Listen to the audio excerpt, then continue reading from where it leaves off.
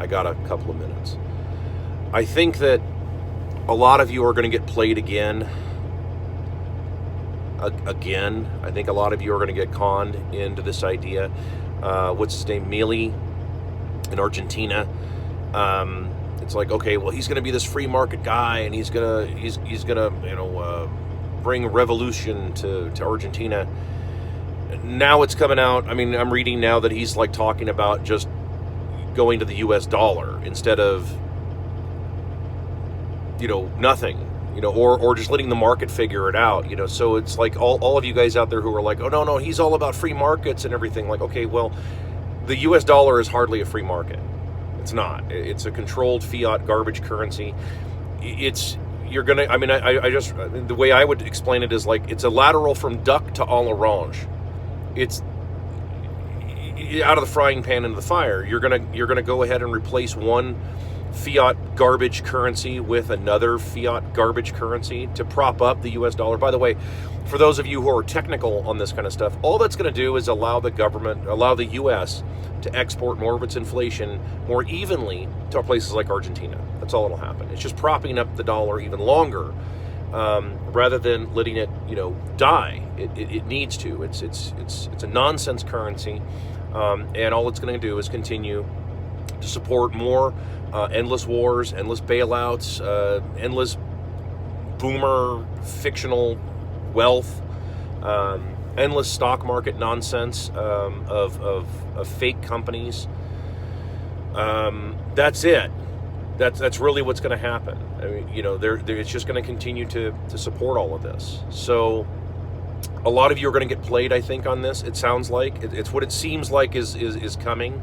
Is that you're going to get kind of hosed on this. It's sort of like that Duterte guy or whatever was named in Philippines. It's like, I mean, all he did was use the government to get rid of his competition. I mean, that's all it happened. At least, and I think eventually that's going to come out someday. It's going to be like, oh, all he did was use the government to get rid of his competitors in the heroin business.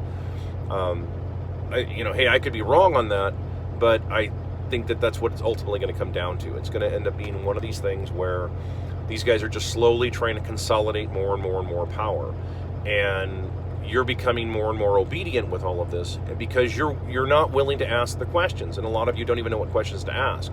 But the first one, for those of you who follow any of my work, you start with something really simple, like when they say we're going to slash government and we're going to go after the deep state. Just say, okay, who specifically? Name names. Who exactly are you going after? How many people do you intend on firing? Like not lateraling them to another agency, but actually sending them to the unemployment lines. How many people are you going to do that with? Because, like, for example, the EPA employs something like 18,000 people, I think. Are you going to fire all 18,000 of them? Or just 15,000 of them and keep 3,000 around for show? Because you know that, and none of them will do that. None of these people will ever do that. None of them. I don't give a shit who it is. I don't give if it's that fucking retard Trump or RFK or Biden or any one of the fucking clowns that are going to precede him. It doesn't make any difference.